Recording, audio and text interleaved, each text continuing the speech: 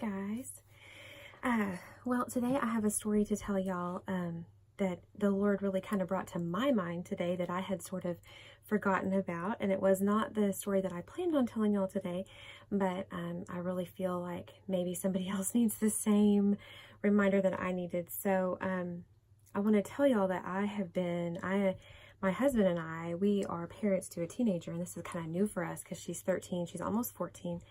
And her name's Hannah. I call her Hannah Page. And she's about to turn 14. Her birthday is coming up quick on us. And it seems like ever since she's turned 13, I have been, really, I should speak for me because my husband, it is not true for him. He's so much more steady and calm than I am in so many things. But I have been real concerned about, like, it seems like there's this long list of things I feel like I need to teach her, and I feel like I'm kind of butting up against a time crunch here because I think, oh, I have 4 more years, she's going to be 18, and what do I want her to know? What do I want 30-year-old Hannah to know? What do I want 45-year-old Hannah to know? What do I want 19-year-old Hannah to know? And it could be simple things like, many times I'll cook dinner and I'll think, oh, my heavenly day, this girl can make a grilled cheese and maybe like frozen pizza.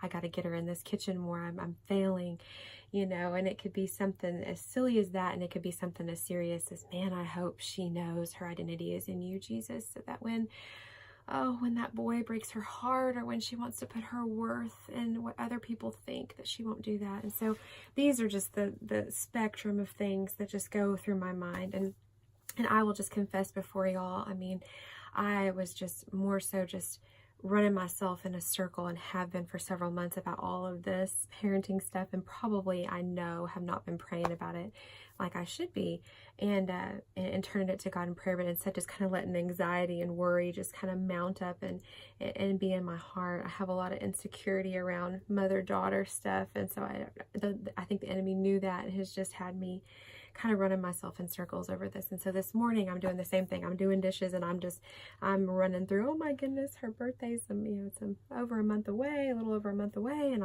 she's got to know this. And anyway, I'm cleaning the kitchen, I'm wiping down the counters, and I see this bunch of bananas just hanging there, and it's just like a ton of bricks. It just hits me, and I remember this story, and I want to share it with y'all because it encouraged me so much today. So a couple of years ago, I guess my middle son, he's 11 now, he'd probably been almost 5 at this time, maybe over 5, maybe 4.5. Anyway, and we had been going down to this local rescue mission as a family. We'd been serving some meals, and since we'd been doing that, his nighttime prayers for months had been for some of his friends that he had met down at the mission, and he'd been praying that they would have sour cream and bananas. And the backstory on sour cream and bananas is those are just his favorite foods, not together, but he loved bananas. He always ate them. And then he loves sour cream. He loves them on potatoes and chips and taco, and he just loves it. And so he was just praying that his new friends would have some of his favorite things. And he prayed it for months and months and months and months and months. And my husband and I thought it was cute, and, but, whatever. And didn't think much about it. Well, in the summer, I'd gotten a call from our church receptionist, and she said, hey, I've got a bunch of this odds and ends stuff left over from youth camp, but I thought maybe you could use it down at the mission. Sorry, my hair is doing something funny there. And I said, well, sure. And she said, no, you can't make a meal out of it, but you could piece it together with something. Would you like to have it? Yeah. So I load up the kids, and we go down and we pick it up. It's in boxes. We put the boxes in the car, and we go down to downtown, and we unload it at the mission. And the kids are helping me. Well, as I'm pulling this, I pull out a big tub, like a bulk of Daisy sour cream. It doesn't even occur to me. And all of a sudden I see little Ethan Randall's eyes just big, light up. And he says, God answered my prayer. He said, I've been praying for sour cream, and he gave the people from the mission sour cream. And I thought, well, yeah, he did. There's three tubs of sour cream, And then we keep on unloading, and believe it or not, there's about 5 bunches of bananas. And I mean, now granted, there's, canned chili, and there's some corn, and there's some butter, there's some other things. But this little guy God was just so real to him that day. He was like, Lord, you answered my prayers, and it's something that has just stuck with our whole family. It's just a tangible way that you see God. And God was just so real to him, and he didn't have to do that way, but he did. And in that moment, it was like I remembered, Holly, you didn't have to go fix that situation. You didn't have to go buy that sour cream and bananas. You didn't have to, you didn't have to fix that for Ethan. He was praying to God. He was asking for God. He was doing his thing, and God took care of it. He took care of it. And it really made me realize that, if God takes the time to take care of something like sour cream and bananas, He's taken the time to take care of Ethan Randall, my littlest one, Noe, and Hannah Page, and me too. He's taking the time, and He's taking the time to care for you in tangible, real life, everyday ways. And I didn't have to fix it. I'm such a fixer. Looking back, I'm so surprised that I didn't run to Walmart and buy sour cream and bananas, because I would just be, like, oh, if Ethan doesn't think God is real, I mean, that's probably too much information for y'all, but that's how I am.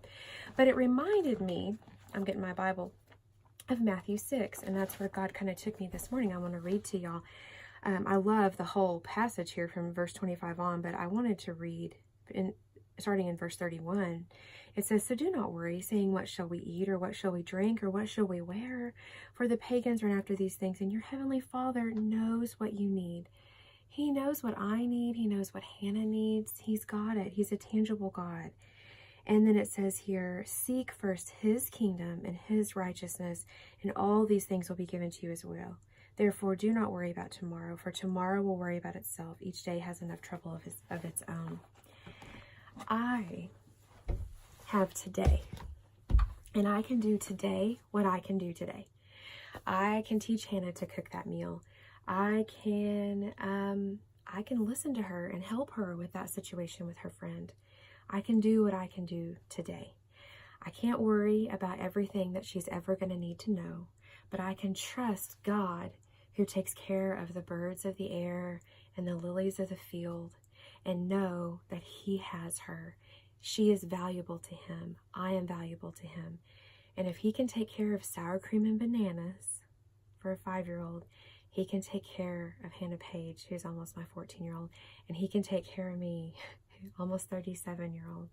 He's got it. And I can exhale and seek Him. Seek first His kingdom and His righteousness. And I hope that's encouraging to you today. If maybe you're praying for something over and over and over again, and you haven't received your answer yet, or maybe you're worrying. Maybe you have a teenager and you're having a hard time like me, knowing when to back off and when to, I want to white knuckle grip everything and control it, and I don't want her to make mistakes, but mistakes are how you learn. And maybe that's your season, and you're having to let go a little bit and learn a new place. It's comforting to know that God's got it.